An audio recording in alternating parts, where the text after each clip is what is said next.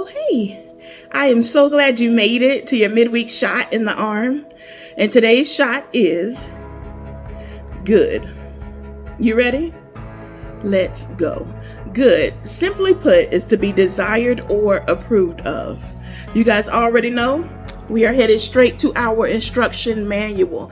And today's instructions come out of the book of Genesis, chapter 1, verses 3 through 4, English Standard Version. And it reads, "And God said, let there be light. And there was light. And God saw that the light was good, and God separated the light from the darkness." Amen. Now, I know these are familiar verses, but just follow me, okay? These verses record God's first spoken words in the Bible. Our Creator is literally speaking creation into existence. Let's look at verse 3 again. It says, "And God said, let there be light. And there was light." Verse 4, "And God saw that the light was good. And God separated the light from the darkness." Amen. You know, I always encourage you all to read your instruction manual, okay? Because when you read Genesis, you will see a lot of God said and God saw that it was good. You will see those phrases laced throughout Genesis. However, because of our flesh, there are times when God said, but we never get to God saw that it was good. And that's because of this human nature, our carnality.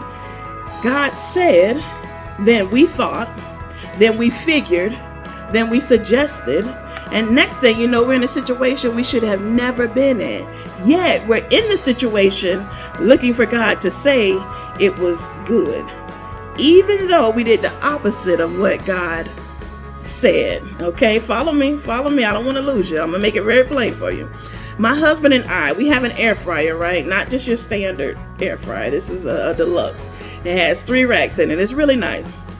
My husband loves to cook steak for me, amongst other things. However, he likes his steak a certain way, and I like my steak a certain way. So my steak normally goes up top and his goes on the bottom. Then he'll hit the steak button and it starts cooking, okay?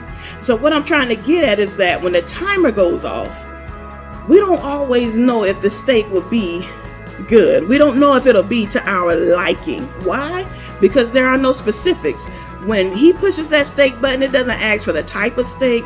It doesn't ask for the weight of it. It doesn't ask for anything like that. So sometimes, believer, we have to put it back in to cook a little longer. And sometimes it's just right. It's good. Now remember, I told you good is to be desired or approved of. So I liken our good, come on, to the air fryer. Follow. We have a certain way we like things. We have our own idea of how things should go. We have a certain way we want the outcome to be. We have all these demands, come on, with no specification. Nothing tying the demand to God's will for our life. So we have these demands and we want it right there. We want it right now. Yet the Father says, you need a little more time with patience. Nope, not yet. You need a little bit more time with long suffering. Not quite. You need a little more time with faithfulness, because if you come out before time, my God, you will only look like a form of godliness.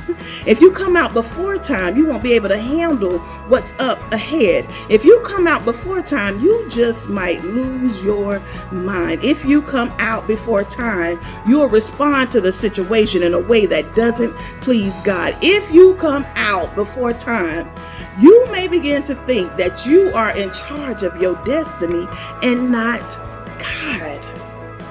I don't want to look like a form of godliness. I want to be a real example of who God is in my life. Listen, now my next statement may sound crazy, but I'm going to say it anyway. I want the heat turned up in my life until God says it is good. I want God to say patience looks good on you, daughter. Peace looks good on you, son. Love, my God, looks good on you. Ooh, long suffering. Woo, it looks good on you. Joy, wow, it looks good on you. Faithfulness, goodness, gentleness, kindness, my God, self-control looks good on you. I don't want good without God. Matter of fact, you can't spell good without God in it. Oh, I'm getting excited. If good isn't attached to God said, I don't want it. Keep it. You can keep your good. You can keep what the culture says is good. You can keep what social media says is good. You can keep what your mama them say is good. If good isn't attached to God said, I don't want it. I don't want it. If my good isn't attached to God said, keep it. Keep it. My God, we have to settle into the uncomfortable silence, the uncomfortable distance, the uncomfortable space between what God said and when God says it is good. Selah. Whew. Now remember, this shot is for you. So maximize your shot of good. Until next time.